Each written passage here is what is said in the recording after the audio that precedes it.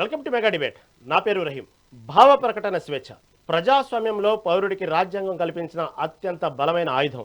కానీ ఈ మధ్య కాలంలో ఈ స్వేచ్ఛకు వ్యక్తిగత దూషణలకు మధ్య గీత చెరిగిపోతుందా?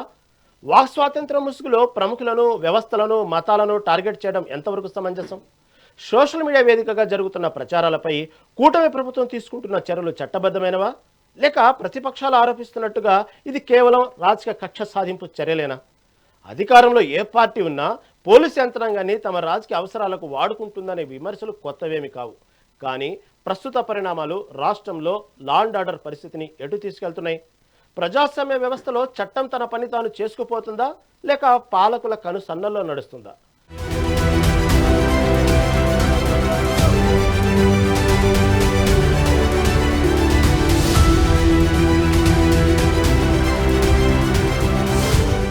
వాక్ స్వాతంత్రం అంటే ఎదుటివారిని అవమానించడమేనా? భావ ప్రకటన స్వేచ్ఛ పేరుతో ప్రముఖులను, మతాలను టార్గెట్ చేయొచ్చా అనే ప్రశ్నలు ఇప్పుడు ఆంధ్రప్రదేశ్లో తీవ్ర చర్చకు దారితీస్తున్నాయి. సోషల్ మీడియా వేదికగా సాగుతున్న పోస్టులు, వాటిపై కూటమి ప్రభుత్వం తీసుకుంటున్న చర్యలు రాష్ట్ర రాజకీయాల్లో పెద్ద దుమారాన్నే రేపుతున్నాయి. ఒకవైపు ఇవి ప్రభుత్వ కక్ష సాధింపు చర్యల్ని ప్రతిపక్షం ఆరోపిస్తుంటే, చట్టాన్ని అతిక్రమిస్తే ఊరుకునేది లేదని ప్రభుత్వం హెచ్చరిస్తోంది. ఈ డిజిటల్ వార్ కాస్త ఇప్పుడు రాష్ట్రంలో సరికొత్త రాజకీయ యుద్ధానికి వేదికగా మారింది.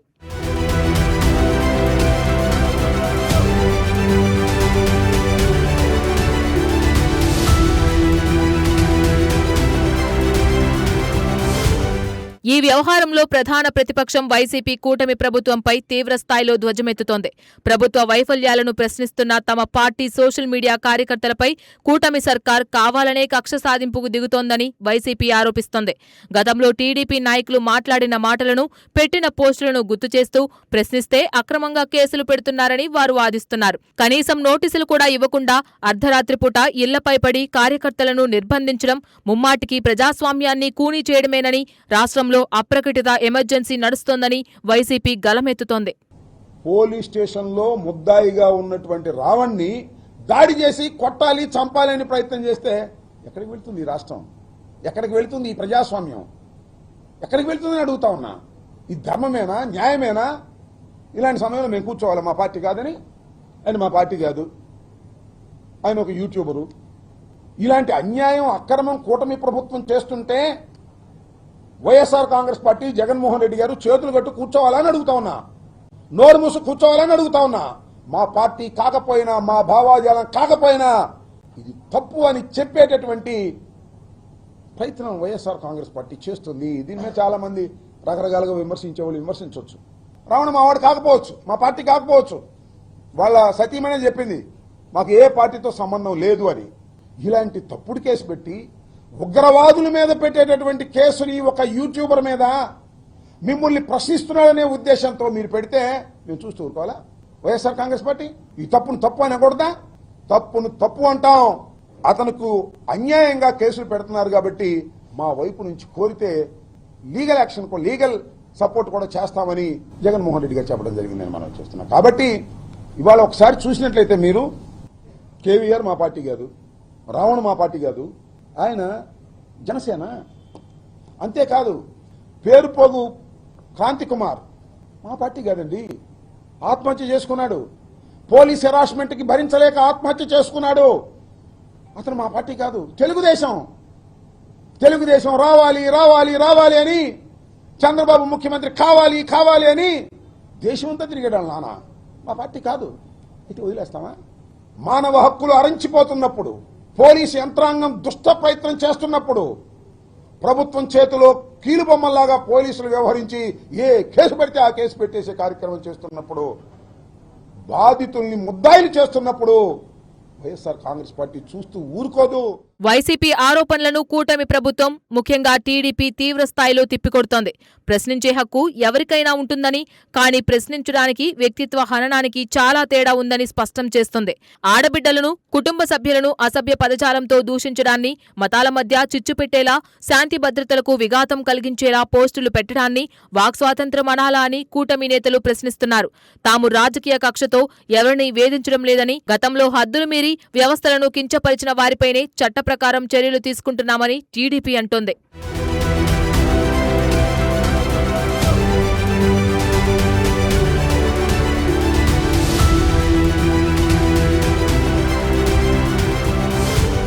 అధికారంలో ఎవరున్నా పోలీస్ యంత్రాంగాన్ని తమ సొంత ప్రయోజనాల కోసం వాడుకుంటున్నారనే విమర్శలు ఇప్పుడు సర్వత్రా వ్యక్తమవుతున్నాయి. గత వైసీపీ హయాంలో టీడీపీ కార్యకర్తలపై కేసులు పెడితే ఇప్పుడు కూటమి హయాంలో వైసీపీ వారిపై కేసులు పెడుతున్నారని, పోలీసు వ్యవస్థ నిష్పక్షపాతంగా వ్యవహరించకపోతే రాష్ట్రంలో లా అండ్ ఆర్డర్ దెబ్బతినే ప్రమాదముందనే ఆందోళన కూడా వ్యక్తమవుతోంది. చట్టం తన పని తాను చేయాలి తప్ప అది రాజకీయ ప్రతీకారాలకు, పార్టీల కక్ష తీర్చుకునే సాధనంగా మారకూడదనే అభిప్రాయాలు వ్యక్తమవుతున్నాయి.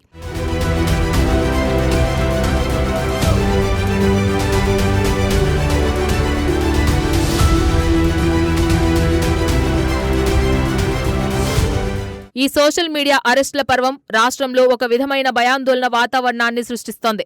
రాజకీయ పార్టీల మధ్య సాగుతున్న ఈ ఘర్షణ వల్ల అసలైన ప్రజా సమస్యలు, అభివృద్ధి పనులు పక్కదారి పడుతున్నాయనే విమర్శలు వస్తున్నాయి. ఒక ప్రభుత్వం చేసిన తప్పులను మరో ప్రభుత్వం సరిదిద్దాల్సింది పోయి నువ్వు కొడితే నేను తిడతా అనే ధోరణిలో వెళ్తుండడం వల్ల క్షేత్రస్థాయిలో కక్షపూరిత రాజకీయాలు మరింత పెరిగే అవకాశముంది. భవిష్యత్తులో ఈ పరిణామాలు రాష్ట్ర రాజకీయాలను ఎటువైపు తీసుకువెళ్తాయోనన్న ఆందోళన కనిపిస్తోందని పలువురు రాజకీయ విశ్లేషకులు అంటున్నారు.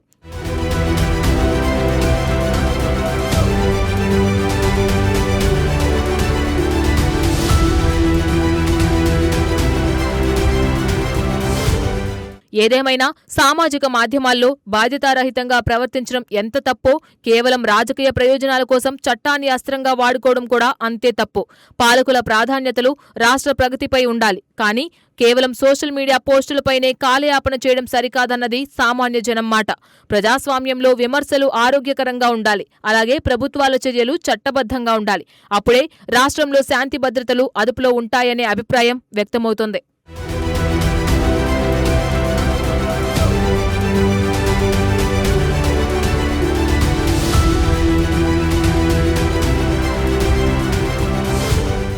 ఈ అంశాలపై క్లియర్ కట్గా చర్చించేందుకు ఇవాళ మన మెగానైన్ డిబేట్లో మనతో పాటు ఉన్నారు ప్రస్తుతం వైసీపీ అధికార ప్రతినిధి నాయకులు శ్రీనివాసరెడ్డి గారు మనతో పాటు ఉన్నారు.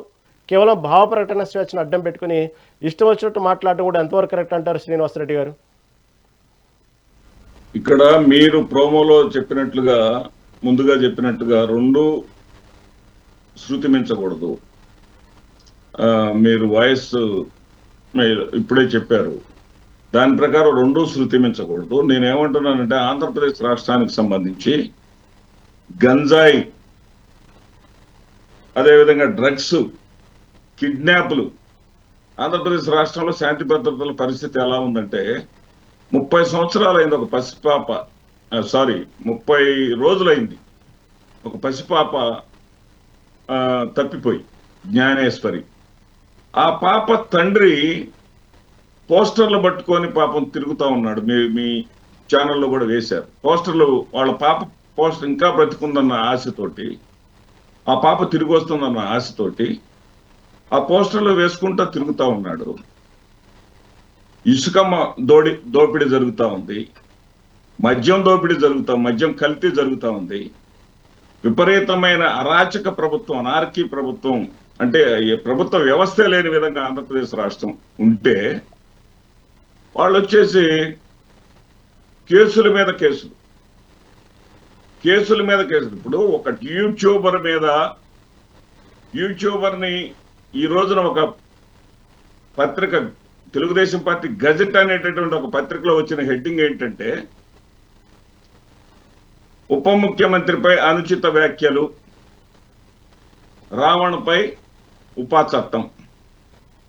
ఆ ఉపా చట్టం ఎందుకు పెట్టారు సార్? 1962లో దేశంలో యుద్ధ వాతావరణం ఉంటే పాకిస్తాను, ఇతర దేశాల నుంచి, సరిహద్దు దేశాల నుంచి మనకి భద్రతాపరమైనటువంటి సమస్యలు ఉంటే దాన్ని వచ్చేసి ఖచ్చితంగా మనం భద్రతా చర్యలను పెంపొందించాల్సినటువంటి దాంట్లో భాగంగా వచ్చేసి అన్లాఫుల్ యాక్టివిటీస్ ప్రివెంట్ యాక్ట్ అనే దాన్ని తీసుకొచ్చారు. దాని ద్వారా చర్యలు తీసుకోవాల్సిందే. ఆ పరంగా ఎవరైనా సరే తప్పు చేస్తే, దేశ భద్రతకి ముప్పు వాటిల్లే చర్యల్లో వాళ్ళ భాగస్వామ్యం ఉంటే వాళ్ళ మీద చర్యలు తీసుకోవాల్సిందే. ఒక యూట్యూబర్ మీద, ప్రశ్నించే యూట్యూబర్ మీద ఆ చట్టాన్ని ప్రయోగించడం ఏంటండి? ముందుగా మాకు అతను హిందూ వ్యతిరేకని, రాముడి గురించి మాట్లాడారని ఏదేదో చెప్తా ఉన్నారు. అతని గురించే మాకు తెలియదు అసలు. అతను హిందూ వ్యతిరేకి, హిందూ దేవుళ్ళ గురించి తక్కువ చేసి మాట్లాడితే చర్యలు తీసుకోవాల్సిందే. అదేవిధంగా హిందువులై ఉండి రాధా మనోహర్ లాంటి వాళ్ళు ఇతర మతాలను దూషిస్తే వాళ్ళ మీద చర్యలు తీసుకోవాల్సిందే. ఈ చర్యలు తీసుకోవటానికి ఎవరం కూడా తప్పు పట్టం. వాళ్ళకి ఏ విధమైనటువంటి తప్పులు మాట్లాడారో ఆ తప్పుల మీద ఖచ్చితంగా చట్టపరమైనటువంటి చర్యలు తీసుకోండి. కానీ సంబంధం లేనటువంటి, వాళ్ళకు వర్తించినటువంటి, ముందు అతన్ని అరెస్ట్ చేశారు, పిఠాపురంలో అరెస్ట్ చేశారు. పిఠాపురంలో కోర్టుకు హాజరుపరిచారు, రిజెక్ట్ చేశారు జడ్జి గారు. అతనిని అరెస్ట్ చేయడానికి రిజెక్ట్ చేశాడు, అరెస్ట్ చూపడానికి ఇష్టపడలేదు. సర్పవరంలో చేశారు, రిజెక్టెడ్. ఆ తర్వాత వచ్చేసి మరొక చోట చేశారు, ఇది మచిలీపట్నంలో చేశారు, రిజెక్టెడ్. నక్కపల్లిలో చేశారు, రిజెక్టెడ్. ఏంటంటే రోజు అరెస్ట్ చేయటం ఇదేనా? ఒక 500 మంది పోలీసులు రావణ చుట్టూ, ఇదేనా ఆంధ్రప్రదేశ్ రాష్ట్రంలో సమస్యలు ఏమీ లేవా? ఇదేనా పెద్ద సమస్య? అక్కడ ప్రతి పోలీస్ స్టేషన్కి, ఇక్కడ తెలుగుదేశం పార్టీ భలే సేఫ్ గేమ్ ఆడతాం, జనసేన వాళ్ళనే రెచ్చగొట్టి వదిలేసింది. ప్రతి పోలీస్ స్టేషన్కి జనసేన కార్యకర్తలు వస్తారు. ఎట్లా వస్తారండి? ప్రభుత్వ అనుమతి లేకుండా జనసేన కార్యకర్తలు అక్కడికి వస్తారా? ప్రభుత్వం వాళ్ళని యాక్సెప్ట్ చేయకుండా అక్కడ దాకా వస్తారా? అక్కడికి వచ్చిన తర్వాత వాళ్ళని ఏదో తరిమి కొట్టినట్టుగా నాటకాలు. అంటే అతన్ని ఏ విధంగా అయినా సరే ఏమైనా చెయ్యాలి. ఏం చేస్తారు సార్? ఇంతకన్నా ఏం చేస్తారు? సాయికృష్ణ అనేవాడు బూడిద కూడా లేకుండా చేశారు. క్రాంతి కుమార్ అనేవాడు టార్చర్ భరించలేక గుళికలు మింగి చచ్చిపోయాడు. ఇంతకన్నా అనార్కీ ఏముంది ఆంధ్రప్రదేశ్ రాష్ట్రంలో? ఇంతకన్నా అనార్కీ ఏముందో ఆంధ్రప్రదేశ్ రాష్ట్రంలో? ఇంకా ఇంతకన్నా మీరు ఏం చేయదలుచుకున్నారు? శ్రీనివాసరెడ్డి గారు మీరు చెప్తున్నట్టు సరే, ఒక కేసులో బెయిల్ ఇచ్చారు, ఇంకో కేసు చోటు ఇచ్చారు, ఓకే, ఇవన్నీ సరే, చట్టంలో ఏం జరుగుతున్నాయో ఇవన్నీ. దీంతో పాటు అతను మాట్లాడిన మాటల్ని అది ఎంతవరకు సమంజసం అంటారు? దాని గురించి ఏమంటారు?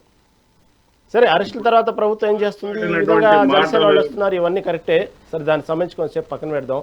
అతను మాట్లాడిన మాటలు మన జరిగినటువంటి ఒక సభలో, బహిరంగ సభలో జరుగుతుంది, అక్కడ ప్రార్థన సంబంధించినటువంటి విషయం, అది ఒక ఆధ్యాత్మిక కార్యక్రమం.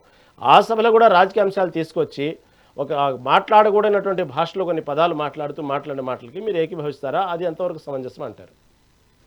ఇక్కడ పవన్ కళ్యాణ్ గారు మాట్లాడిన దాంట్లో మాట్లాడిన దాన్ని అచ్చుగుద్దినట్లుగా ఆయన మళ్ళీ మాట్లాడాడు. పవన్ కళ్యాణ్ గారు మాట్లాడినప్పుడు లేని తప్పు ఇప్పుడు ఈయన మాట్లాడితే తప్పు వచ్చిందా? అంటే ఈ విధంగా ఇంత కేసు పెట్టేంత తప్పు వచ్చిందా? పవన్ కళ్యాణ్ గారికి యాక్సెప్టెన్సీ ఉన్నప్పుడు ఈయనకి యాక్సెప్టెన్సీ లేదా? అదేమంటే పవన్ కళ్యాణ్ గారు వివరణ ఇచ్చారు, నేను ఒక్కసారి మాట్లాడాను, మీరు పదే పదే అదే విధంగా మాట్లాడుతున్నారు అన్నారు. ఈ ఒక్కసారి ఆయన మాట్లాడింది చెప్పు తెగిద్ది నా కొడకల్లారని మాట్లాడిన మాట అనేక గ్రామాల్లో 2 కులాల మధ్య చిచ్చు పెట్టింది. ఉదాహరణకి జంగంగుంట్లపాలెం, మరి పొడపాడు అనే 2 గ్రామాలు ఉన్నాయి. పొడపాడంతా నాయుళ్ళు, జంగంగుంట్లపాలెం అంతా రెడ్డీస్. ఈ ఊరు దాటి వెళ్ళాలి. ఈ ఊరు దాటి వెళ్ళేటప్పుడు చెప్పు దిగుద్ది నా కొడకల్లారనేటటువంటి క్యాసెట్ వేసుకుంటే వెళ్తారు. అది దేశద్రోహం అంటే, అది సంఘంలో చిచ్చు పెట్టడం అంటే. ఆ రకంగా అంత దుర్మార్గంగా ప్రచారం చేసుకొని మీరు అధికారంలో ఉన్నప్పుడు ఒక న్యాయమా, ఒక విధానమా? అధికారంలో లేనప్పుడు మీరు వాడేటటువంటి విధానం ఒకటే. కల్తీ నెయ్యి గురించి నానా యాగి చేశారండి. ఎంత యాగి చేశారు? శ్రీనివాసరెడ్డి గారు ఒక్క నిమిషం, ఇక్కడ సబ్జెక్ట్ ఉంది, మీరు వినాలి దయచేసి. అదే అయోధ్యలో రైట్ మళ్ళీ మాట్లాడదాం. హిందువులు తింటే తప్పేంటంటారా? ఏంటండి ఇది? పోతున్నా మనం. రైట్, మళ్ళీ మీ దగ్గరకు వస్తా. కాల్ సమయం ఉందండి, మళ్ళీ ఇస్తాను, మీ దగ్గర ఇస్తాను.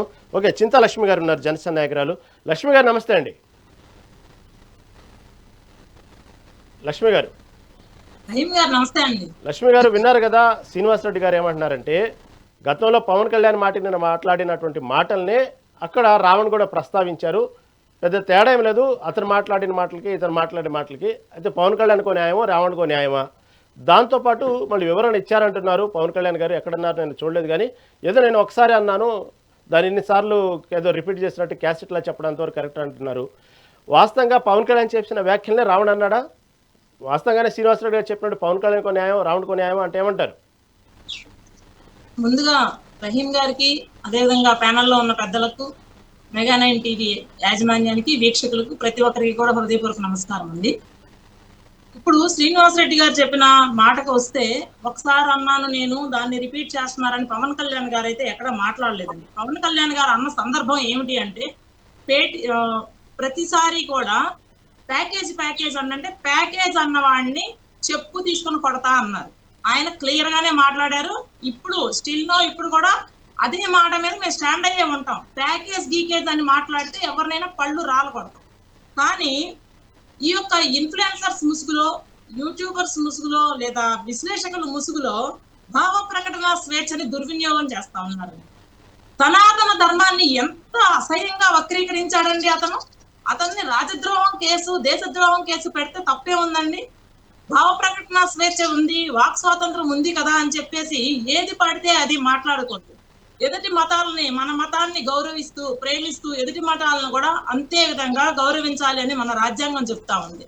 మీరు అంబేద్కర్ భావాలని గౌరవించేటువంటి వ్యక్తులు అయితే ఈ వీళ్ళతో పాటు ఒక ఎండిన కట్టెలకి నార తీసేటువంటి మొహాలు వేసుకొని ఈ శ్రావణ్ అనేటువంటి ఇద్దరు జగన్మోహన్ రెడ్డి గారికి జెండా లేని కూలీలు అనమాట. వీళ్ళు జెండా లేకోకుండా పేటీఎం కార్యకర్తల్లా పనిచేస్తూ ఉంటారు. వాక్ స్వాతంత్రం, వ్యక్తిగత స్వేచ్ఛ ఉన్నాయి కదా అని చెప్పేసి నోటికి ఎంత వస్తే అంత ఏ వ్యక్తి ఎదుటి వ్యక్తిని దూషించి మాట్లాడుకుంటుంది.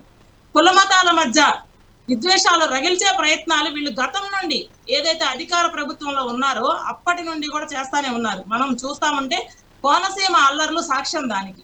తర్వాత పాస్టర్ల ముసుగులో కొంతమందిని ప్రవేశపెట్టారు. అది వర్కౌట్ అవ్వకపోయేసరికి ఇప్పుడు ఇన్ఫ్లుయెన్సర్స్ ఉపయోగించుకొని ఇలాంటి వ్యక్తిగతంగా దూషణలో దిగుతా ఉన్నారు. కానీ భావ ప్రకటన స్వేచ్ఛ ఉంది కదా అని చెప్పి ఇప్పుడు ఒక నాయకుడిని ఇమిటేట్ చేయొచ్చు, అభిమానించవచ్చు. అది మనకంటూ ఒక హద్దు అనేది ఉంటుందండి. భావ ప్రకటన స్వేచ్ఛకి హద్దులు లేవు అని ఏ రాజ్యాంగం చెప్పలేదు. ఎదుటి మనిషి మనోభావాలు దెబ్బతిన్నంత వరకు కూడా మనకి మాట్లాడే స్వేచ్ఛ ఉంటుందండి. ఎప్పుడైతే ఎదుటి మనిషి మనోభావాలు దెబ్బతింటున్నాయో సమాజంలో ఖచ్చితంగా భావ ప్రకటన స్వేచ్ఛకి హద్దులు అనేది నిర్ణయించబడే ఉన్నాయి. హిందూ దేశంలో నివసిస్తూ హిందూ మతాన్ని అవహేళన చేస్తూ ఉగ్రవాదుల్ని సమర్థించేటువంటి వ్యక్తిని దేశద్రోహం కేసు పెట్టడంలో తప్పేమీ లేదు అని చెప్పేసి నా వాదన. ఖచ్చితంగా కులమతాల మధ్య విద్వేషాలు రేపేటువంటి ఇలాంటి వాళ్ళని ఏదైతే ఇప్పుడు మన హోమ్ మినిస్టర్ గారికి కూడా నేను సవినీయంగా విజ్ఞప్తి చేస్తా ఉన్నానండి. ఎవరైతే కులమతాల మధ్య విద్వేషాలు పెంచుతారో, దేశాన్ని అవహేళన చేస్తూ మాట్లాడతారో, సోషల్ మీడియాలో కానివ్వండి, ఇటు సొసైటీలో కానివ్వండి, వారి మీద కఠినమైనటువంటి చర్యలు తీసుకోవాలని చెప్పి నేను తెలియజేస్తా ఉన్నానండి. అదేవిధంగా జగన్మోహన్ రెడ్డి గారి విషయానికి వస్తే, మా కార్యకర్తలు కాదు వాళ్ళు, మా వల్ల జరగట్లేదు అని ఒక్క స్టేట్మెంట్ కూడా ఆయన దగ్గర నుండి రావట్లేదు. ఇంకా సమర్థిస్తా ఉన్నారు. రావణ్ అనే వ్యక్తిని జగన్మోహన్ రెడ్డి గారు సమర్థిస్తా ఉన్నారు. ఆయన యొక్క ఏదైతే ఆయన స్క్రిప్ట్ పంపిస్తాడో ఆ స్క్రిప్ట్ ని వీళ్ళు ఫాలో అవుతూ పవన్ కళ్యాణ్ గారిని అవహేళన చేయండి, లేదా చంద్రబాబు గారిని అవహేళన చేయండి, గవర్నమెంట్ ని అవహేళన చేయండి అని చెప్పేసి కన్వర్టెడ్ దళితుల్ని తీసుకొచ్చి దళితుల భావోద్వేగాలను రెచ్చగొట్టే ప్రయత్నం అయితే పెద్ద ఎత్తున జరుగుతా ఉందండి. దళితుల భావోద్వేగాలను రెచ్చగొట్టి దళితుల్ని బలి పశువులను చేస్తున్నారు అనేది క్లియర్ గా కనిపిస్తా ఉంది. కానీ ఇక్కడ దళితులు తెలుసుకోవాల్సిన విషయం ఏమిటంటే, మీ పక్కనే ఉన్నట్టు నటిస్తూ మీకే వెన్నుపోటు పొడుస్తా ఉన్నారు వైఎస్ఆర్సీపీ నాయకులు కానివ్వండి, జగన్మోహన్ రెడ్డి గారు కానీ అనే విషయాన్ని మీరు ఖచ్చితంగా తెలుసుకోవాల్సి ఉంటుంది. లక్ష్మి గారు మీరు చెప్పినట్టు వెనక నుండి స్క్రిప్ట్ పంపిస్తా ఉంటే వీళ్ళు రావణ్ లాంటి వాళ్ళు మాట్లాడుతున్నారని మీరు చెప్తున్నారు. అక్కడ చూస్తే పబ్లిక్గానే రావణ్ కానివ్వండి, రావణ్ తరపున లాయర్లు కానివ్వండి, వాళ్ళందరూ బాధ ఏంటంటే, మేము ఇంతగా ప్రభుత్వం మీద కానివ్వండి ఈ అనేక విమర్శలు చేసేవన్నీ కూడా రేపు ఫ్యూచర్లో భవిష్యత్తులో ఎన్నికలు వస్తే లాభపడేది వైసీపీ పార్టీ. కానీ ఇలాంటి సమయంలో మాకు అండదండగా లేకుండా, తోడు లేకుండా ఎందుకు మీరు ఉన్నారు అంటూ వాళ్ళు ప్రశ్నిస్తున్నారు. ఇక్కడ చూస్తే మీరు పార్టీ వెనకుందంటున్నారు, వాళ్ళేమో మా పార్టీ సపోర్ట్ చేయడానికి బాధపడుతూ ఉన్నారు బాధితులు. దీన్ని ఎలా చూడాలి? పార్టీ సపోర్ట్ లేదు, మా పార్టీ కాదని బహిరంగంగా చెప్పాలండి. ఏ వైఎస్ఆర్సీపీ నాయకుడు చెప్తున్నాడు, ఏ జగన్మోహన్ రెడ్డి గారు చెప్తున్నారు? చెప్పట్లేదు కదా. ఈ మీరే పొలిటికల్ మాట్లాడండి అమ్మా లక్ష్మి గారు, మీరే మాట్లాడండి. ఇప్పుడే అంబటి రాంబాబు గారు మాట్లాడారు. ఆ దృష్టిలో పొలిటికల్ బఫూన్స్ అన్నమాట. క్యారెక్టర్ ఆర్టిస్టులు అంటారు చూసారా, పొలిటికల్ బఫూన్స్ వీళ్ళు మాత్రం ఖచ్చితంగా. ఎటు అవకాశం ఉంటే అటు వాడేటువంటి అవకాశవాది జడా శ్రావణ్ కుమార్. గతంలో తెలుగుదేశానికి సపోర్ట్ చేసి 5 కోట్లు డిమాండ్ చేసి, సీట్లు డిమాండ్ చేసి 5 దక్కకపోయేసరికి ఇప్పుడు వైఎస్ఆర్సీపీ పంచం చేరి అక్కడ భిక్ష ఎత్తుకుంటా ఉన్నాడు. నాకు డిప్యూటీ సీఎం కావాలా, నాకు ఇన్ని కోట్లు కావాలా, నేను సపోర్ట్ చేస్తా. అసలు ఈయన చెప్తే ఇంట్లో భార్య కూడా ఓటేసుకోలేదో తెలియని పరిస్థితి. ఈయన జగన్మోహన్ రెడ్డి గారికి సపోర్ట్ చేసేటువంటి నాయకుడు. లక్ష్మి గారు ఓకే లక్ష్మి గారు, వ్యక్తిగతంగా మీరు చెప్తున్న జడశ్రమనే పబ్లిక్ గా ఫీల్ అవుతున్నారు, మాకు వైసీపీ సపోర్ట్ లేదని. సరే, దాని గురించి మళ్ళీ మాట్లాడదామండి. వాస్తవంగా కొన్ని మనకు బయట కనబడే నిజాలు కావు, తెర వెనక ఏది జరుగుతున్నది కూడా కానీ నిజం అనేది కూడా మనం నమ్మలేం. ఒక్కోసారి పరిస్థితులను బట్టి జరుగుతూ ఉంటాయి, రాజకీయాలు ఎంటర్ అవుతూ ఉంటాయండి. దాని గురించి మళ్ళీ మాట్లాడదాం. ఓకే, దీని గురించి బండారు రామ్మోహన్ రావు గారిని అడుగుదాం. రాజకీయ విశ్లేషకులు ఉన్నారు, ప్లస్ న్యాయవాది కాబట్టి. రామ్మోహన్ రావు గారు నమస్తే అండి. నమస్తే రామ్మోహన్ రావు గారు, ఇటీవలి కాలంలో ఏదైతే సోషల్ మీడియాలో ఈ ఫ్రీడమ్ ఆఫ్ స్పీచ్కి తర్వాత అబ్యూజ్ లాంగ్వేజ్కి మధ్య తేడా లేకుండా పోయింది, దీనికి దాన్ని కట్టడి చేయటం ఎట్టండి అసలు? రహీం గారు, మీకు మిత్రుడు శ్రీనివాసరెడ్డి గారికి, విజయభాస్కర్ గారికి, సోదరి లక్ష్మి గారికి మెగా నమస్కారం. ఎవరెవరి ప్రైవేటు బతుకు వారి వారి సొంతం, పబ్లిక్ లో నిలబడితే ఏమైనా అంటాం టామ్ అని నాకు అవసరిస్తే. రాజకీయాల్లో ఉన్న వాళ్ళది వ్యక్తిగత జీవితాలు పబ్లికే వరకు చెప్పాలి, కానీ అట్లాని మన స్వేచ్ఛ మన ముక్కు వరకే పరిమితం. శ్రీనివాసరెడ్డి గారు క్లియర్ చెప్పారు. అంటే దేనికి అతి సర్వత్రం వరద చేయొద్దని, అతి చేయొద్దు దేనిలో కూడా. శ్రీనివాసరెడ్డి గారు మొదలే చెప్పారు. నేనేమంటున్నానంటే, మన స్వేచ్ఛ మనకు ముక్కు వరకే అనే పాఠాన్ని నేను 6వ తరగతిలో ఇంగ్లీష్ పాఠం చదువుకున్నాను. మనకి ఎట్లాగూ స్వేచ్ఛ ఉంది కదా అని చెప్పి రోడ్డు మీద నడుచుకుంటూ కర్రసాము కత్తిసాము చేసుకుంటూ అవ్వదని నడవదు, పక్కవాడి స్వేచ్ఛకి భంగం అవుతుంది. అందుకని మన స్వేచ్ఛ మన ముక్కు వరకేనా పాఠం సారాంశం. మన ముక్కు శరీరంగాలు చాలా ముందుకుంటారు కనుక స్పష్టంగా చెప్తున్నారు. రావణ్ గురించి కానీ, రావణ్ అనేవాడు మొన్న ఇప్పుడు మా పవన్ కళ్యాణ్ మీద వ్యాఖ్య చేయకపోతే ఆయన ఎవరికి పెద్ద తెలిసేది లేదు. మీ అందరికీ తెలుసో నాకైతే తెలియదు. రెండోది ఆ కేవీఆర్ అనే జర్నలిస్ట్ కూడా ఎవరికి తెలియదు. నేను 50 ఏళ్ళ నుంచి జర్నలిస్ట్గా ఉన్నాను. మరి కేసులు ఎదుర్కొని నేను కేసులు మన మీద పెట్టలేదు. ఇప్పుడు కూడా మనం నాలుక అదుపులో ఉంచుకొని, అంటే ఎప్పుడు కూడా నరం లేని నాలుక అంటారు కదా రహీం గారు, మన నాలుకను అదుపులో ఉంచుకొని వైసీపీ మీద కానీ, మన టీడీపీ వైసీపీ మీద కానీ, వైసీపీ టీడీపీ మీద కానీ, లేకుంటే జనసేన వీళ్ళ మీద కానీ ఎవరు ఆరోపణలు చేసుకున్నా, రాజకీయ ఆరోపణలు చేసుకుంటే తప్పలేదు, అట్లాగే విధానపరమైన నిర్ణయాల మీద ఆరోపణ చేసుకుంటే తప్పలేదు అంటారు. చాలా చర్చలో పాల్గొన్నారు. ఉదాహరణకు వైసీపీ చేసిన మంచి చట్టం, ల్యాండ్ చట్టం బ్రహ్మాండం ఉంది, అందులో లోపాలు కూడా చెప్పిన. అట్లానే టీడీపీ అమరావతి రాజధాని ఒకటి అంటే దాన్ని కూడా సమర్థించడం. అంటే ఏమంటారు అంటే అంశాల వారి మద్దతు అంశాల వారి ఉండాలి, కానీ వ్యక్తిగత దూషణలు కానీ చేయవద్దు. ఇంత ఉపా చట్టం గురించి శ్రీనివాసరెడ్డి గారు చెప్పారు. Unlawful preventive activities preventive act ఎవరి మీద పడితే వాళ్ళ మీద పెట్టడానికి వీల్లేదు, అసలు జర్నలిస్టుల మీద అసలు పెట్టడానికి వీల్లేదు. ఎందుకంటే అది పూర్తిగా తీవ్రవాదం, అది వామపక్ష తీవ్రవాదం కావచ్చు, లేకపోతే మత తీవ్రవాదం కావచ్చు, అట్లా పెట్టింది. కానీ అట్లా ఉన్న స్వేచ్ఛ అని మతాలను అవమానిస్తే కూడా, మతాల మధ్య ఘర్షణ పుట్టించే ప్రయత్నం చేసినందుకు, అంతర్గత కలవలు పుట్టించినప్పుడు మాత్రం అప్పుడు కూడా ఉపా చట్టం పెట్టవచ్చు అంటున్నారు. ఇద్దరు జర్నలిస్టులు, నేను కూడా జర్నలిస్టులే కనుక చెప్తున్నాను, ఇద్దరు జర్నలిస్టుల అరెస్టును సరైన విధంగా చేయలేదని అంటున్నాడు. ఇంతకుముందు శ్రీనివాసరెడ్డి గారు చెప్పారు కదా, హైదరాబాద్ లో అరెస్ట్ చేశారు, అరెస్ట్ విధానం తప్పు అంటున్నాడు. ఇంకోటి, అది పూర్తిగా బెయిలబుల్ కేసులు, నాన్ బెయిలబుల్ కేసులు పెట్టింది కాదట్లేదు, కానీ 7 సంవత్సరాల లోపు శిక్ష పడే కేసులో అన్నిట్లలో స్టేషన్ బెయిల్ ఇవ్వచ్చు. మన గతంలో సిఆర్పిసి ప్రకారం, ఐపీసీ ప్రకారం అయితే 41A నోటీసు, ఇప్పుడు బిఎన్ఎస్ ప్రకారం అయితే 35 క్లాస్ 1 నోటీసు ఇస్తే సరిపోతుంది. ఇచ్చిన తర్వాత రాకపోతే అప్పుడు అరెస్ట్ చేయాలి. ఎప్పుడు సుప్రీంకోర్టు మాట అన్నది మన రహీం గారు ఏమనంటే, అరెస్టు కంపల్సరీ కాదు, స్వేచ్ఛ హక్కు ప్రజలది. అరెస్ట్ అనేది అప్పుడప్పుడు అవసరమైనప్పుడు చేయాలి. వాళ్ళు ఎక్కడైనా వేరే దేశానికి పారిపోతారనో, లేకపోతే దొరకకుండా పోతారని, అభిష్కాండ అవుతారు అన్నప్పుడు మాత్రమే అరెస్ట్ చేయాలి. అది కూడా వారెంట్తో అరెస్ట్ చేయాలి. ఇద్దరు అరెస్ట్ హైదరాబాద్ జరిగింది. పిఠాపురం మన పోలీస్ స్టేషన్ లో కేసు హైదరాబాద్ జరిగింది. ఇందులో శ్రీనివాసరెడ్డి గారు అన్నట్టు రిజల్ట్ చేయలే, 3 రిమాండ్లు ఏమో ఆమోదించారు. ఆమోదించి వెంటనే బెయిలబుల్ కనుక బెయిల్ ఇచ్చేసేసి పోమన్నారు. పెట్టిన కేసులే బెయిలబుల్ కేసులు కనుక, బెయిలబుల్ 2 సంవత్సరాల లోపు శిక్షలు కనుక ఆటోమేటిక్ బెయిల్ దొరికింది.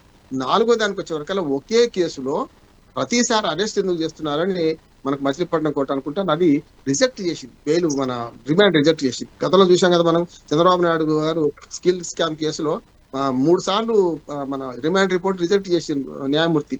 అప్పుడు చూసాం కదా, విజయవాడ కోర్టు రిజెక్ట్ చేసింది కదా. అట్లనే ఈయనని ఒకటే కేసులో ఒకే కంప్లైంట్ 4 పోలీస్ స్టేషన్లు 10 పోలీస్ స్టేషన్లు ఇస్తే ఎట్లా అని అన్నది. అందుకనే దానివల్ల రిజెక్ట్ అయింది తప్ప కేసు లేదని కాదు. ఇంకోటి బెయిల్ వచ్చినంత మాత్రం మొత్తం కేసు కొట్టేసినట్టు కూడా కాదంటున్నాడు. రావణ మీద కేసులు ఉన్నాయి. ఇప్పుడు ఇద్దరు జర్నలిస్టుల గురించి మాట్లాడదాం. నేను కూడా జర్నలిస్ట్ రేపు పొద్దున నా దాకా రావచ్చు కనుక అరెస్టు సరి అయింది కాదు, వాళ్ళు నిజంగా పట్టించుకోకపోతే అసలు సమస్య ఉండకపోతే అంటున్నాడు. రావణ అంటాడు ఇంత హీరో కూడా కాకపోయేది అంటున్నాడు. రావణ చేసిన పని చెప్తాను నేను. ఒక దళిత మహాసభ దానిలో మాట్లాడుతున్నాడు. ఏం మాట్లాడాలి? దళిత క్రిస్టియన్లు కాదు దళితులుగా పరిగణించాలని వాళ్ళ డిమాండ్ కదా. అది మాట్లాడితే ఎవడొద్దని చెప్పు. దాన్ని విడిచిపెట్టి పవన్ కళ్యాణ్ మీద పడి తిట్టడం ఎందుకు? తప్పు కదా. సభ సమయం సందర్భం అనే కదా. ఆ సభలో పవన్ కళ్యాణ్ గారు చేసిన తప్పులు రావణ్ గారు నేను కూడా విమర్శించాల్సిందే, తప్పులేదు అంటున్నాను నేను. ఏమంటున్నా అంటే అనిత గారిని ఏదైతే హోమ్ మినిస్టర్ అవమానించారో, లక్ష్మి గారు ఉన్నారు ఆ చర్చలో, నేను స్పష్టంగా తప్పు అన్నాను. అనిత గారిని ఒక మహిళ, ఒక దళిత మహిళ, హోమ్ మినిస్టర్ అట్లా అవమానించడం కరెక్ట్ కాదన్నా 3 సార్లు మాట్లాడిండు. అది తప్పు అన్నాను. నేనే హోంమంత్రి అయితే ఎట్లా అన్నాడు. అది రాజకీయంగా విమర్శాలు. పవన్ కళ్యాణ్ గారి భార్యల గురించి మాట్లాడలేను, పవన్ కళ్యాణ్ వ్యక్తిగతంగా మాట్లాడొద్దు అంటున్నాడు. అంతేందుకు మొన్న ఈ పవన్ కళ్యాణ్ గురించి అవసరం లేని మాటలు మన కల్వకుంట్ల కవిత మాట్లాడింది. సంబంధం లేదు కదా. మొన్నటి ఇరుపు కాగితం సినిమాకు ఆయన సంబంధం ఉందా రహీం గారు? కానీ ఆయన భార్య గురించి మాట్లాడింది. ఇరుపు కాగితం ఆయనకు తెలుసండి. తప్పు కదా. ఎవరైనా మాట హద్దుల్లో ఉండాలంటున్నాడు. హద్దులు దాటితే కవిత గాని, రేపు పొద్దున రావణ్ గాని, కేవీఆర్ గాని వీళ్ళందరూ తప్పే అంటున్నాడు. క్రాంతి ఆత్మహత్య చేసుకున్నాడు. ఎందుకంటే అడుసు దొక్కనేలా కాలు కడగనండి. తప్పు చేయడం ఎందుకు? భయంతో అరెస్ట్ చేస్తారని భయంతో చావడం ఎందుకు? ఎవడు చేయమన్నాడు వీళ్ళందరినీ? జర్నలిజం ప్రమాణాలు నాశనం అయిపోతున్నాయి. నేను అన్నిట్లల్లా నేను అడ్వకేట్లు అందరూ మంచిగా ఉన్నారు లేకపోవచ్చు, డాక్టర్లు అందరూ మంచిగా లేరు, రాజకీయ నాయకులు అందరూ మంచిగా లేరు, మొత్తం రాజకీయం తీసేద్దామా? ఇది కూడా అంతే రాహిం గారు. నేను స్పష్టంగా చెప్తున్నాను, జర్నలిస్టులు కూడా సోషల్ మీడియా అనే పేరు మీద చవాకులు పేలుతున్నారు. ఇవాళ పవన్ కళ్యాణ్ అన్నవాడు రేపు పొద్దున ఇటు పక్కన జగన్మోహన్ రెడ్డి గారిని అనడా? రేపు పొద్దున చంద్రబాబు నాయుడు గారిని అనడా? ఇదే రావణు పవన్ కళ్యాణ్ ఎత్తుకునే సందర్భం చూసిన, పవన్ కళ్యాణ్ ఆకాశానికి ఎత్తిన సందర్భం కూడా చూసిన నేను. మరి ఇప్పుడు ఎందుకు చేస్తున్నాడు అంటే దేని వల్ల వస్తుంది? జర్నలిస్టులు కూడా అమ్ముడు పోతున్నారు. ఈ మాట అంటున్నాను నేను. జర్నలిస్టే కనుక ఏ రంగంలో ఉన్నాడో ఆ రంగం విమర్శిస్తే ఏం కాదు. ఇప్పుడు నేను కూడా డాక్టర్లు విమర్శించలేను, డాక్టర్ని కాదు కానీ డాక్టర్లు నా మీద కోపానికి వస్తారు. రాజకీయ నాయకులు విమర్శిస్తే రాజకీయ నాయకులు కోపానికి వస్తారు. ఇక్కడ అసలు విషయానికి వస్తారు. ఇక్కడ ఏంటంటే రావణ్ గాని, కేబీఆర్ గాని వాళ్ళ హద్దులు మీరింది అంటున్నాడు. స్పష్టంగా చెప్తున్నా. వ్యక్తిగత దూషణలు చేయొద్దు అంటున్నాడు. ఇది రాజకీయాల నుంచి మొదలై జర్నలిస్ట్ దాకా ఎందుకు బాకింది? రాజకీయాల్లో చూసినాం.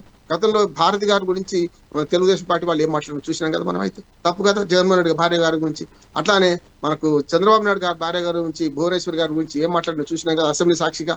ఇవన్నీ ఎందుకు వస్తున్నాయి? విధానపరంగా విమర్శలు చేయలేక, పసలేకపోతే మనం వ్యక్తిగత విషయాలు ఎత్తుకుంటాం అంటున్నారు. రాజకీయ నాయకులు కూడా ఈ తప్పు చేస్తున్నారు. మీరు నిజంగానే జగన్మోహన్ రెడ్డి గారు చేసిన తప్పులు ఎండగట్టండి. తెలుగుదేశం వాళ్ళు, తెలుగుదేశం ప్రభుత్వం కూటమి ప్రభుత్వం ఉన్నది, కూటమి చేసే ప్రభుత్వం చేసే దాన్ని ఎండగట్టండి. దానికి ఆడవాళ్ళు ఎందుకు కలుపుకుంటున్నారు? సమస్య ఎక్కడ వస్తుంది? ఇప్పుడు అనిత గారి గురించి ఇంతమంది మాట్లాడుతున్నప్పుడైతే ఆమెను అవమానించినట్టే కదా. మన ఇంట్లో కూడా ఆడవాళ్ళు ఉన్నారు, మన తల్లి, చెల్లి, అక్క, తమ్ముడు అందరూ ఉన్నారు కదా. ఎందుకు అవమానించుకుంటున్నామని నా ఆవేదన. ఇక్కడికి వస్తే ఏంటంటే ఈ కేసులో ఉపా చట్టం పెట్టడానికి వీలు లేదు. ఇంతకుముందు శ్రీనివాసరెడ్డి గారు అన్నారు కదా, ఉపా చట్టానికి ఇదికి రాదు. ఇది ఒక్కటి జరుగుతుంది ఏంటంటే రాజద్రోహం కాదు కానీ మతాల మధ్యన, వర్గాల మధ్యన కంపులు పెట్టే వాళ్ళను ఇంకో చట్టం కింద 7 సంవత్సరాలు దాటిన చట్టం కింద కూడా అరెస్ట్ చేయొచ్చు. సెక్షన్లు వేరుగా ఉన్నాయి. బిఎన్ఎస్ లో సెక్షన్లు మారినాయి. విషయం అదే కనుక సెక్షన్ల పేర్లు మారినాయి. ఐపీసీ లో ఉన్నది, సిఆర్పిసి లో ఉన్నది. ఇక్కడికి వచ్చాక బిఎన్ఎస్ లో తేడాలు వచ్చినాయి కానీ చేయొచ్చు. ఇక మాట ఏంటంటే ఈ సోషల్ మీడియా కూడా బాధ్యత రహితంగా ఉంటుంది. గతంలో ప్రధాన పత్రికలు కొన్ని వర్గాల పేర్లు రాకపోయి రహీం గారు, నేను 50 ఏళ్ళ నుంచి జర్నలిజంలో నేను చూస్తే మీరు ఏమన్నా మతకారాలు జరిగితే ప్రార్థనా స్థలం అనే వాళ్ళు కానీ అది ముస్లిందా హిందువులదా రాయకపోవడం. అట్లాగే మంత్రులు శాఖలు కూడా ఇచ్చేటప్పుడు మంత్రులకు సామాజిక వర్గాల పేర్లు రాయకపోయేవాళ్ళం. కేవలం ఎస్సీ, ఎస్టీ, బీసీ అట్లా రాసేవాళ్ళం. ఇప్పుడు అట్లా కాదు, ఒక్కొక్కరు కూడా రాస్తున్నాం. ఆంధ్రప్రదేశ్ విషయానికి వచ్చి నాకు ఆవేదన ఏంటంటే మీ అందరితో పంచుకుంటున్నాను. ఇవాళ ఒక రాజధాని లేని రాష్ట్రం అయిపోయింది మనకు. అది వస్తుంది అంటే ఇంకో రకంగా పోతుంది. అట్లానే వాళ్ళ కులాల కుమ్మలాట ఎంత అయిందంటే మధ్యయుగ రాజకీయాల్లో ఉన్నామా అనిపిస్తుంది నాకు. ఆంధ్రప్రదేశ్ రాజకీయాలు చూస్తే ఇప్పటికి కూడా మనం అభివృద్ధి పట్ల పోదాం, మైండ్ గేమ్ రాజకీయాలు నడుస్తున్నాయి. ఇవాళ ఇచ్చిన హామీలు అమలు కాకపోవడం వల్ల ఇంకో రకంగా చర్చ జరగాలంటున్నాను నేను. అలాగే కానీ హామీలు ఇచ్చారు, అది జరగాలి. రెండోది ఏమంటున్నానంటే మైండ్ గేమ్ రాజకీయాల్లో ఇప్పుడు ఇంకొక ఇష్యూ, లాకప్ డెత్ ఇష్యూ ఉన్నది. అది పక్కకు పోయింది కదా ఇప్పుడు అంటున్నారు. లాకప్ డెత్ అనేది ఇప్పుడు జరిగింది, అంతకుముందు జరిగింది. ఏ ప్రభుత్వంలో జరిగినా కూడా వాళ్ళ మీద దుమ్మెత్తిపోవడానికి కాదు. అసలు లాకప్ డెత్ జరగకుండా ఉండాలంటే ఏం చేయాలి? పోలీసులకు విస్తృత అధికారాలు ఇచ్చిన వీళ్ళు, పోలీసుల మీద ఆధిపత్యం సాధించుకున్నారు వీళ్ళందరూ కూడా. పోలీసులను ట్రాన్స్ఫర్, పోస్టింగ్స్ అన్ని కూడా ఇవాళ డబ్బులతో ముడివాడు ఉన్నాయి కదా. నాగరాజు అనుకోకుండా మన అందరి అదృష్టం ఏంటంటే నాగరాజును చచ్చిపోయిన సాయికృష్ణ ఇద్దరు కూడా ముందు కాపు కులానికి చెందిన వర్గానికి లొల్లేదు కనుక అక్కడ ఎవరైనా ఒక దళితుడో లేకపోతే ఇంకా ముస్లిం అయితే ఇంకో రకంగా ఉంటుండే అంటున్నాడు. రాజకీయంగా వాడుకోండి కానీ విధానాల పరంగా విమర్శనం చేయాలి కానీ ఇవాళ జర్నలిజం విలువలు పాడు చేసి సోషల్ మీడియా ద్వారా అవాకులు జవాకులు పేరి ఒక్క మాట సార్ వ్యక్తిగత విమర్శ చేసుకోవడం వల్ల నాకు ఈ చర్చలో పాల్గొంటే కూడా మనందరం సిగ్గుపడాలంటున్నాను. ఎందుకంటే అసలు విషయం పోయి కొసరు వస్తున్నాయి కదా రాయం గారు. ఆంధ్రప్రదేశ్ సర్వతోముఖ అభివృద్ధికి పాటుపడదాం. అన్ని రాజకీయ పార్టీలు మీరు వాళ్ళైతే ఏం చేసిండ్రో విమర్శించండి, మీరేం చేస్తారో చెప్పండి. మేము అధికారంలోకి వస్తే ఏం చేస్తే చెప్పండి. ఇంకా 2 ఏళ్ళు 3 ఏళ్ళు అధికారంలో ఇంకా రాజకీయాలలో ఇంకా 3 ఏళ్ళ అవకాశం ఉంది. వైసీపీ గెలుస్తుందా, మళ్ళీ కూటమి ప్రభుత్వం చేస్తుందా, ఆంధ్రప్రదేశ్ ప్రజలు నిర్ణయిస్తున్నారు. ఒకసారి 5 ఏళ్ళు వాళ్ళకి ఇచ్చారు, 5 ఏళ్ళు మీకు ఇచ్చారు, 5 ఏళ్ళు మళ్ళీ వీళ్ళకి ఇచ్చారు. ప్రజల నిర్ణయం రేపు అన్ని గమనిస్తున్నారు.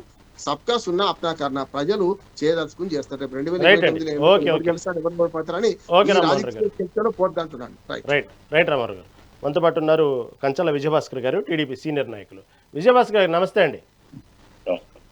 విజయభాస్కర్ గారు, ఇటుపక్క ప్రతిపక్షం సంబంధించినటువంటి ప్రతిపక్ష పార్టీలు కానివ్వండి, కొంతమంది విమర్శిస్తుందంటే కేవలం ప్రభుత్వాన్ని ప్రశ్నిస్తే భావ ప్రకటన స్వేచ్ఛకు లేదా గొంతులు నొక్కుతారా, అరెస్టులు చేస్తారా ఏంటి? మళ్ళీ దాదాపు ప్రతిపక్షంలో నాయకులను టార్గెట్గా వదిలేసి ఈ మధ్యన యూట్యూబ్కు సంబంధించిన యాక్టివిస్టుల మీద పడింది అధికార పార్టీ అంటే ఇంకొక వార్త కూడా నడుస్తోంది. ఎందుకు ఓవరాల్గా దీనికి సంబంధించినటువంటి విషయంలో చూస్తే ఎందుకు యూట్యూబర్ యాక్టివిస్ట్ మీదే ఎందుకు ప్రభుత్వం పట్టించుకుంటుంది? నిజంగానే వాళ్ళకు భావ ప్రకటన స్వేచ్ఛ లేదా, లేకపోతే మనం అనుకున్నట్టుగానే హద్దులు మీరు మాట్లాడుతున్నారా, ఏందంటారు ఓవరాల్గా? రావణ్ అనే అతను వారం రోజుల క్రితం పెద్దగా ఎవరికి తెలియదు. పోతే ఇప్పుడు ఏలూరులో జరిగిన సభలో ఆయన సభా స్వాతంత్రాన్ని దుర్వినియోగం చేశాడు, వాక్ స్వాతంత్రాన్ని దుర్వినియోగం చేశాడు. ఇలా అది మన గౌరవనీయులైన న్యాయవాది రామ్మోహన్ రావు గారు చెప్పినట్టు ఆయన తన మతానికి సంబంధించి ఏమైనా విశేషాలు చెప్తే అది ఎవరు, ఇది మనది సెక్యులర్ కంట్రీ కాబట్టి ఎవరు అభ్యంతరం చెప్పరు. ఇది సెక్యులర్ సావరిన్ సోషలిస్ట్ కంట్రీ కాబట్టి ఎవరు ఏమనరు. కానీ వేదిక ఉద్దేశించబడింది ఒక సందర్భానికి. అక్కడ ప్రసంగాలు బహుముఖాలుగా సాగాయి. అందులో కులాలని మతాలని ఎండగట్టడం జరిగింది. పైగా బైబిల్ విశిష్టతను గురించి చెప్తే అభ్యంతరం లేదు, క్రీస్తు బోధనల గురించి చెప్తే అభ్యంతరం లేదు, క్రీస్తుని గురించి గొప్పగా మహిమలను గురించి చెప్తే ఎవరికి అభ్యంతరం లేదు. మన భారత ప్రభుత్వం మొదటి నుంచి మత సామరస్యానికి మారిపోయారు. శాంతి కాముక దేశం ఇది.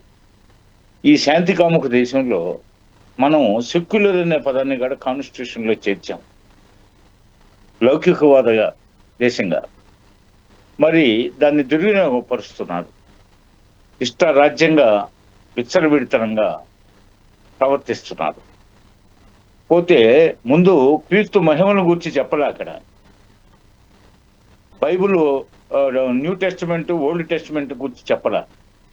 అక్కడ సాగిన ప్రసంగాలల్లా అన్యమత మీద దుష్ప్రచారం, కులాలను గురించి. అదేవిధంగా పవన్ కళ్యాణ్ గారు వ్యక్తి కాదు, ఇప్పుడు అక్కడ ప్రభుత్వంలో ఒక డిప్యూటీ సీఎం, అతను ఒక రాష్ట్ర పార్టీ అధ్యక్షుడు, సామాజిక సేవా కార్యకర్త. ఆయన్ని గురించి యేసుక్రీస్తు గారి కోసం ఉద్దేశించబడినటువంటి ఆ మహత్తరమైన మహనీయుని గురించి ఉద్దేశించబడిన సభలో పవన్ కళ్యాణ్ గారిని గురించి మాట్లాడాల్సిన సందర్భం అది కాదు. అది ప్రధానమైన ప్రశ్న. నంబర్ 2, అదేవిధంగా అక్కడ ఆయన కులాలను గురించి ఇతర మతాలను గురించి నిత్యంగా మాట్లాడాడు. అవి అభియోగాలు ఆయన మీద. 3వది, పోయిన సంవత్సరం నవంబర్లో ఆపరేషన్ కగార్ని వ్యతిరేకిస్తూ దేశ సార్వభౌమత్వాన్ని సవాల్ చేస్తూ, పోతే భారతదేశ ఇంటిగ్రిటీని సావన్నిటిని ప్రశ్నిస్తూ ఆయన వీడియో రిలీజ్ చేసింది ఇంకా ప్రధాన అభియోగం. ఒక పక్క సెక్యులర్ కంట్రీలో ఈ దాన్ని ఉల్లంఘించి వాక్ స్వాతంత్రాన్ని సభా స్వాతంత్రాన్ని ఉల్లంఘించి ప్రసంగించడం, అభ్యంతరకర ప్రసంగాలు చేయడం, అదేవిధంగా జాతీయ భద్రతకి ప్రమాదం తలెత్తే విధంగా ఆయన ప్రసంగం కొనసాగిందనేది పోలీసు వారి అభియోగం. ఆ కారణాలతో ఆయన మీద ఉపా చట్టం పెట్టడం జరిగింది. ఇది మెయిన్. పోతే ఇప్పుడు చాలా మంది సంతాప సభలు పెడతారు. నక్సలైట్లు చనిపోయినా, ఎవరు చనిపోయినా, మత బోధకులు చనిపోయినా, కుల పెద్దలు చనిపోయినా అందరూ హాజరవుతారు, అందరూ సానుభూతి చూపుతారు, అది వేరే. కానీ ఇక్కడ యువతరాన్ని, ముఖ్యంగా విద్యార్థుల్ని కడత్రోవ పట్టించే వీడియోలు చేస్తున్నాడు. మొత్తం మీద 102 ఆరోపణలు ఉన్నాయంట ఆయన మీద. 102 రకాలుగా ఆయన మీద ఆరోపణలు ఉన్నాయంట టోటల్గా. అందులో 9 ప్రధాన కేసులు ఉన్నాయంటున్నారు. పోతే ఇప్పుడు 4, ఇందాక రామ్మోహన్ రావు గారు చెప్పారు, ఆ న్యాయస్థానాలు ఎందుకు ఆయనకి బెయిల్ ఇచ్చాయి. బెయిల్ ఇచ్చినంత మాత్రాన కేసులు కొట్టేసినట్టు కాదు, కేసుల్లో తీవ్రత లేనట్టు కాదని రామ్మోహన్ రావు గారు ఉద్ఘాటించారు. అలాగే ఇప్పుడు పెట్టిన కేసు అది తీవ్రవాద నిరోధక చట్టం. పోతే అన్లాఫుల్ యాక్టివిటీస్ ప్రివెన్షన్ యాక్ట్. అది పోతే కులాలు మతాలను పక్కన పెట్టిన జాతీయ భద్రతకి ప్రమాదం కలిగే సూచనలు కనబడుతున్నాయి.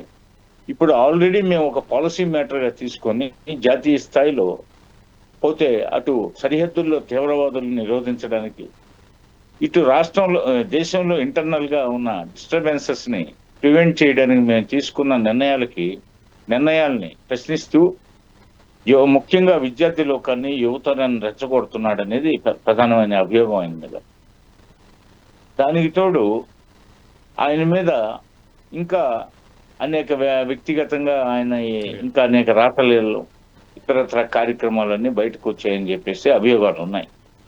ఈ కారణాలతో ఆయన్ని, అంతేగాని వేలాది మంది యూట్యూబర్స్ ఉన్నారు, ఎవరి మీద లేని కేసు ఆయన మీద పెట్టడం అంటే అసలు దీన్ని బట్టి మనం అర్థం చేసుకోవాలి. పెట్టకుండా ఆయన ఒక్కడి మీదనే ఎందుకు పెట్టారు కాబట్టి ఇందులో ఏదో విశేషం ఉంది, అనవసరంగా ఎందుకు అతను జోలికి పోతారు, ఏదో తీవ్రత ఉంటేనే కదా, ఏదో గాఢత ఉంటేనే కదా పోలీసు వారు ఇచ్చేసింది. అంతేగాని పవన్ కళ్యాణ్ గారు అరెస్ట్ చేయమన్నారనో, చంద్రబాబు నాయుడు గారు అరెస్ట్ చేయమన్నారు అనేది కాదు. పోలీసు ఆయన యాటిట్యూడ్ ని పరిశీలిస్తూ వస్తుంది. పోయిన సంవత్సరం శ్రీనివాసరెడ్డి గారు, వాస్తవంగా తప్పుడు ప్రచారాలు, క్యారెక్టర్ అసోసియేషన్ ఇలా చేస్తున్న వారి పట్ల చట్టపరమైన చర్యలు తీసుకుంటారు కదా ఎవరైనా. గతంలో మీ ప్రభుత్వంలో కూడా జరిగినవి ఇలాంటివన్నీ కూడా సోషల్ యాక్టివిస్టుల మీద. కానీ ఇప్పుడు జరుగుతుంటే పర్టికులర్గా ఈ రాజకీయ కక్ష సాధింపు చర్యలు అని ఎందుకంటారు? అది తప్పే కదా. ఇలా తప్పుడు ప్రచారాలు, క్యారెక్టర్ అసోసియేషన్ చేయటం, నోటికి ఎంత వస్తే అంత మాట్లాడటం. విన్నారు కదా ఇందాక విజయభాస్కర్ చెప్పినట్టు, ఆ దళిత సభలో సంబంధించిన విషయంలో అక్కడ మతాలకు సంబంధించినటువంటి వాటి గురించి, దాంట్లో ఉన్న భావాల గురించి చెప్పుకునే సందర్భంలో అవకాశం దొరికినప్పుడల్లా ఏదో ఏ అవకాశం దొరికినా చర్చ ఏదైనా, టాపిక్ ఏదైనా పవన్ కళ్యాణ్నే టార్గెట్ చేస్తూ రావణ్ మాట్లాడటం అనేక వీడియోలు చూస్తూ ఉన్నాం. అసలు ఎంత జుగుప్సాగరమైనటువంటి మాటలు కూడా కొన్ని మాట్లాడి చూసాం. పవన్ కళ్యాణ్ నోట్లో అని చెప్పి కొంత స్పేస్ ఇచ్చి తర్వాత మాట్లాడటం, ఇవన్నీ చెప్పుకోవడానికి, సమర్థించుకోవడానికి బాగానే ఉంటాయి. కానీ ప్రాక్టికల్గా మాట్లాడితే ఎంతవరకు సమంజసం అంటారు? కాబట్టి ఇలాంటి విషయంలో చట్టపరమైన చర్యలు తీసుకుంటే తప్పే ఉంది దాంట్లో అనేది కొందరి వాదన. దీన్ని ఎందుకు రాజకీయ కషాదింపుగా చూస్తున్నారు అనేది ఇప్పుడు ప్రస్తుతం ఏమంటారు? మేము ముందుగానే రావణ్ మీద చర్యలు తీసుకోవటం తప్పు లేదు అని నేను ముందుగానే డిబేట్ ప్రారంభంలోనే చెప్పాను. ఆయన మీద చర్యలు తీసుకోవడం తప్పు కానే కాదు, కేసు పెట్టడం తప్పు అంతకన్నా కాదు, అక్రమ కేసు పెట్టడం తప్పు అంటున్నా. ఏది ఈ పెట్టకూడని కేసు పెట్టడం తప్పు అని చెప్పేసి అంటున్నా. కెన్ యూ హియర్ మీ? చెప్పండి, ఏ కేసులు, తప్పుడు కేసులు, పెట్టరాని కేసులు ఏమున్నాయి దాంట్లో, అవి కూడా కొంచెం వివరించండి. ఉపా చట్టం అనేది ఆయనకి వర్తించదు. ఆ యాక్ట్ మీద ఆయన మీద కేసు పెట్టడానికి వీల్లేదు. ఇది అంత వక్రీకరించిన వ్యక్తి మీద మీరాగండి నేను మాట్లాడినాక మాట్లాడి. ఇక్కడ చాలా డీసెంట్ గా జరుగుతుంది డిబేట్, ఎవరి వాళ్ళకి అవకాశం ఇస్తున్నాము. ఇక్కడ ఉపా చట్టం అనేదాన్ని, యాక్ట్ అనేదాన్ని అతనికి వర్తించదు. అతనికి ఒకవేళ 14 రోజులు రిమాండ్ విధించిన తర్వాత ఏదైనా కొత్త కేసులు యాడ్ చేసినా సరే అతను ఎంతో కాలము లోపల ఉండడు, ఖచ్చితంగా బెయిల్ వస్తుంది. అతను ఏ పార్టీ అనేది కాదు ఇక్కడ ముఖ్యం. చట్టబద్ధంగా చట్ట ప్రకారం అంబేద్కర్ రాజ్యాంగం ప్రకారం వెళ్ళమని అంటా ఉన్నా. ఇందాక రామ్మోహన్ గారు ప్రస్తావన చేశారు. మీరు చెప్పినట్టు ఉపా చట్టం ఏదైతే ఉందో దాన్ని ఈరోజు పోలీసులు దాంట్లో సంబంధించినటువంటి ఛార్జ్ షీట్లో పొందుపరిచిన విషయంలో, రిమాండ్ రిపోర్ట్లో పొందుపరిచిన అంశం ఏంటంటే, ఇందాక విజయభాస్కర్ గారు చెప్పినట్టు యువతను నక్సలిజం వైపు ఆకర్షితులయ్యే విధంగా కొన్ని వీడియోలు చేయడం కూడా జరిగింది. అవన్నీ కూడా విట్నెస్లు పెట్టడం వల్ల ఒక్కసారిగా ఆ రిమాండ్ రిపోర్ట్లో విన్న విషయాన్ని చూసి కూడా షాక్ అయినటువంటి విషయాలు కొన్ని ఇప్పటికీ సాక్ష్యాధారాలు ఉన్నాయి. ఎందుకంటే అతను అరెస్ట్ చేసినప్పుడు అతని యొక్క ఫోన్ని స్వాధీనం చేసుకోవడం జరిగింది. ఆ ఫోన్లు ఇప్పుడు ఒక్కొక్కటి లీక్ చేస్తూ ఉన్నారు. దాంట్లో అతను మాట్లాడిన మాటలు, దాంతోపాటు ఎవరైతే నాయకులు ఉన్నారో నక్సలైట్ నాయకులు హిడ్మా మృతి సమయంలో చేసినటువంటి వ్యాఖ్యలు కానివ్వండి, అప్పుడు మాట్లాడినట్టు కొన్ని మాటలు కానివ్వండి, అతను సానుభూతి పరుడుగా చేసిన వ్యాఖ్యలు, సానుభూతి తెర వెనుక చేసినటువంటి కొన్ని వీడియోలు, ఇవన్నీ కూడా నక్సలిజం వైపు యువతను ఆకర్షించే విధంగా ఉన్నాయి. కాబట్టి ఈ చట్టం పెట్టామనేది వాళ్ళు సమర్థించుకుంటున్న అంశం. ఓకే, మీరు కంటిన్యూ చేయండి. కంటిన్యూ చేయండి. పోయిన తర్వాత ఆ ఫోనే పోలీసులు హ్యాండ్ ఓవర్ చేసుకున్న తర్వాత, జన సైనికులు చెప్పిన విధంగా ఈ రాష్ట్రంలో జరుగుతున్న తర్వాత ఎన్ని కేసులు అయినా పెడతారండి? అదే నిజమైతే దీనికి ఏమంటారు చెప్పండి? Even I entertained getting into Naxalites. You wanted to become a Naxal? At a point of time when I was in late teens, yes. Did you want to pick up the gun? Yes, I wanted to pick up the gun. ఈయన ఏమన్నాడండి? ఇప్పుడు ఏమన్నాడండి? ఎవరు యువతను ప్రోత్సహిస్తున్నాడు రావణ అన్నారు. ఇది ఎప్పుడు జరిగిందో తెలుసా? June నెల 11వ తేదీన జరిగింది. ఏఎన్ఐకి ఇంటర్వ్యూ ఇస్తూ నేను గన్ పట్టడానికి కూడా వెనకాడలేదని పవన్ కళ్యాణ్ గారు మొన్న 11వ తారీఖు అన్నాడండి. అంటే ఈయన ముందు అరెస్ట్ చేసిన తర్వాతే కదా రావణ దాకా రావాల్సిందే. ఈయన మీద ఆ చట్టం ఉపయోగించిన తర్వాతే కదా రావణ దాకా రావాల్సిందే. కొంచెం మనం కూడా విజ్ఞతతోటి ఆలోచించాలంటున్నా. ఇందాక లక్ష్మి గారు ఏమన్నారంటే, ప్యాకేజ్ అన్నదానికి మేము చెప్పుతో అన్నాము అన్నారు. ప్యాకేజీ మాటకు చెప్పుతో కొట్టేది నిజమైతే ముందు కొట్టాల్సింది ఆవిడ ఏబిఎన్ రాధాకృష్ణ గారిని, చంద్రబాబు నాయుడు గారిని. ఎందుకంటే పవన్ కళ్యాణ్ గారే అన్నారు, 4 గోడల మధ్య మాట్లాడుకున్న విషయాలు బయటికి ఎలా వస్తాయండి? ప్యాకేజీ విషయాన్ని చంద్రబాబు నాయుడు బయట పెట్టారు, అదే వార్తను ఏబిఎన్ వాడు ఇంకాస్త ఎక్కించి రాశాడు అని చెప్పాడు. అంటే ఫస్ట్ కొట్టాల్సింది వైసీపీ వాళ్ళని కాదు, ఫస్ట్ కొట్టాల్సింది చంద్రబాబు నాయుడు గారిని చెప్పుతో కొట్టాలి. అదేవిధంగా వార్తని స్ప్రెడ్ చేసిన ఆయన కొట్టాలి.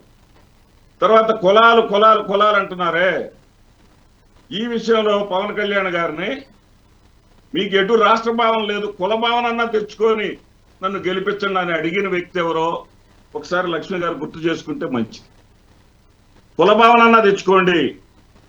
అదేవిధంగా అది విజయ్ కుమార్ గారు దళితుల సభ అది మతపరమైన సభ అన్న, మత సభ కాదండి అది.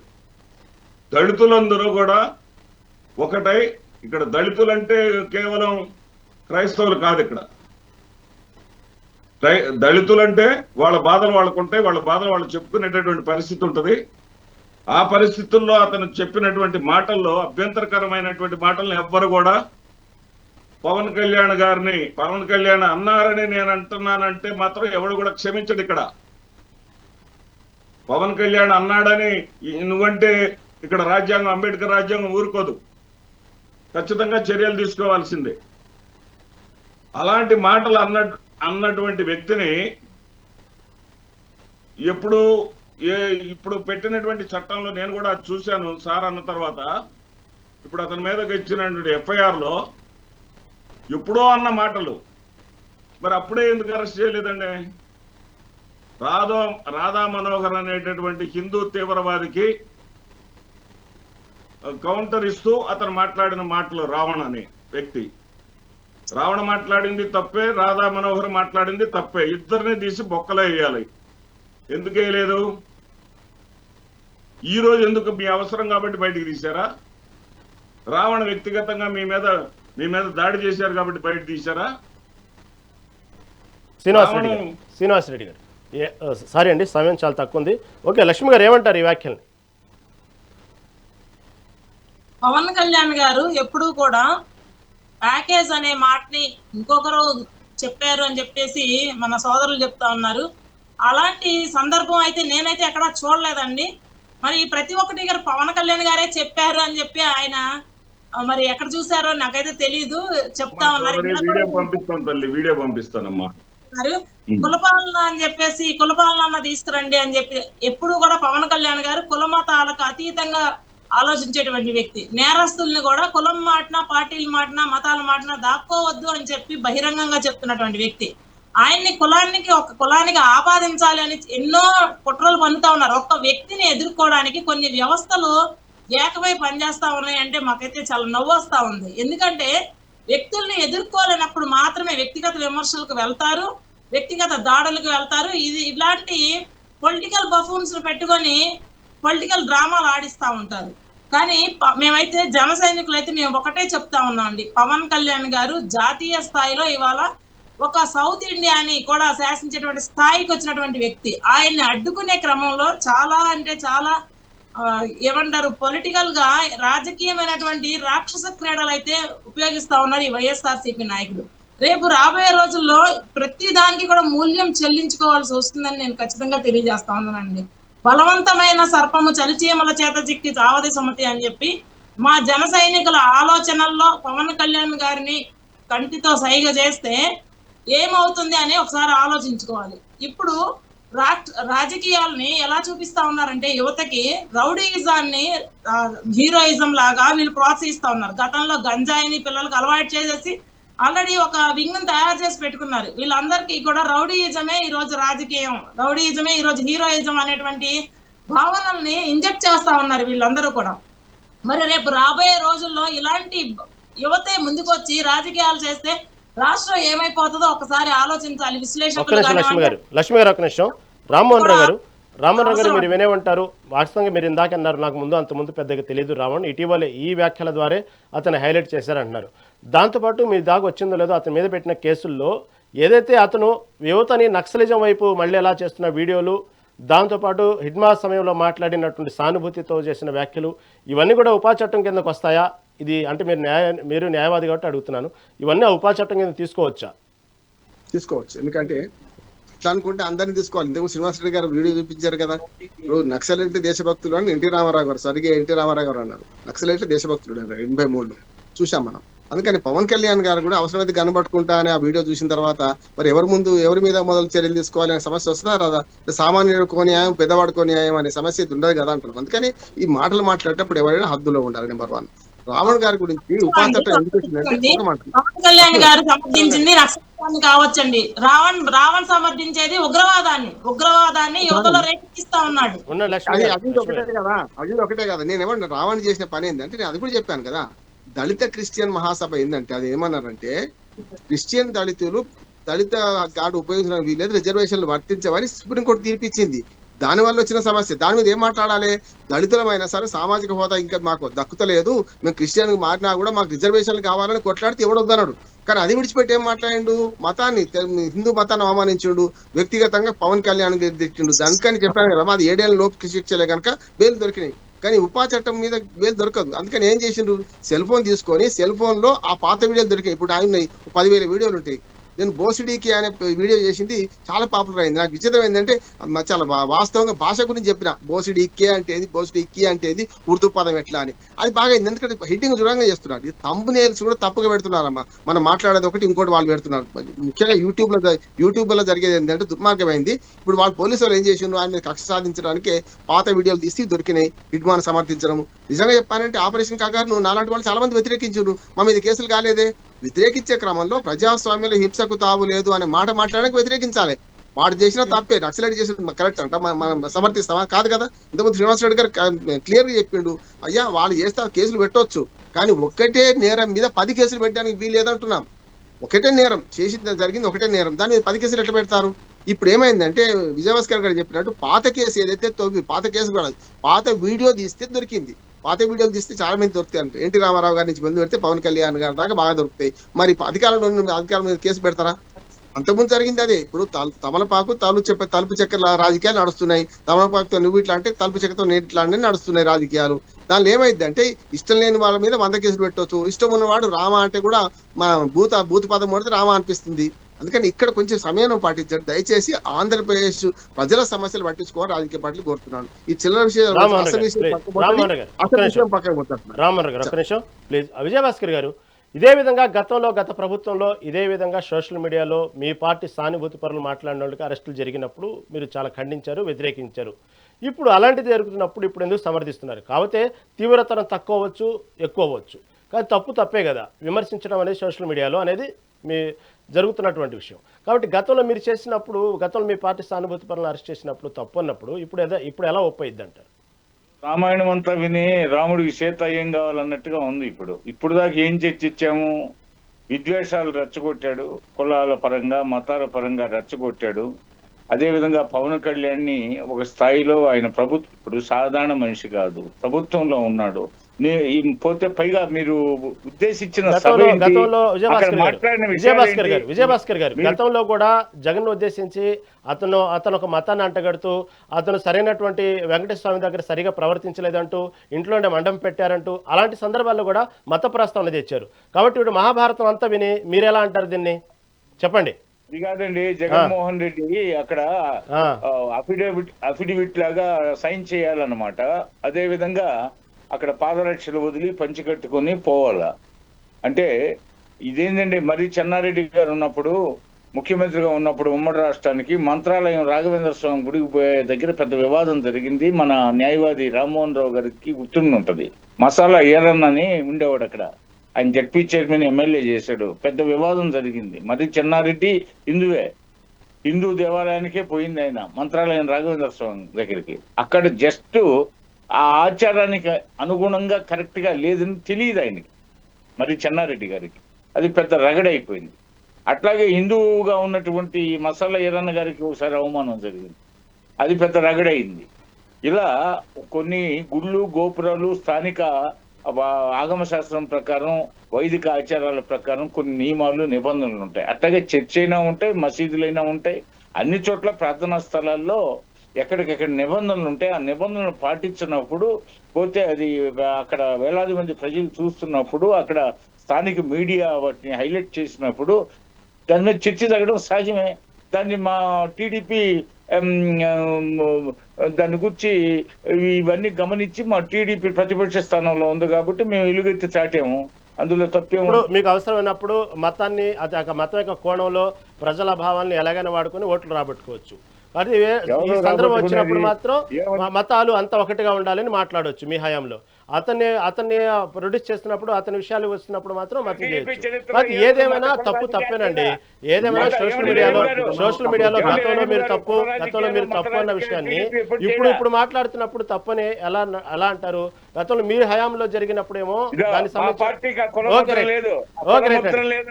Okay right. చర్చల పాల్గొన్నందుకు శ్రీనివాసరెడ్డి గారికి, కంచల విజయభాస్కర్ గారికి, చింతాలక్ష్మి గారికి, బండారు రామ్మోహన్ గారికి ధన్యవాదాలు తెలియజేసుకుంటూ, ఇది ఓవరాల్గా భావ ప్రకటన స్వేచ్ఛ విషయంలో వచ్చేటప్పటికి ప్రజాస్వామ్యంలో పౌరుడికి రాజ్యం కల్పించిన హక్కే కాదంటలేదు. ఆ మాత్రాన ఇతరుల యొక్క మనోభావాన్ని దెబ్బతినే విధంగా, ఇతరుల యొక్క స్వేచ్ఛని భంగం కలిగే విధంగా మనకు వాక్ స్వాతంత్రాన్ని కానివ్వండి, భావ ప్రకటన స్వేచ్ఛను కానీ వాడకూడదు అనేది అది ఎవరికి వాళ్ళు కామన్ సెన్స్గా ఆలోచించాలి. అంతేగాని రాజ్యాంగం ఇచ్చింది కదా అని అడ్డదిడ్డంగా వాడేస్తానంటే ఇదే విధంగా చట్టం మాత్రం తన పని తాను చేసుకుని పోయింది. ఇది ఈనాటి మెగా డిబేట్. చూస్తూనే ఉండండి మెగా నైన్ టీవీ.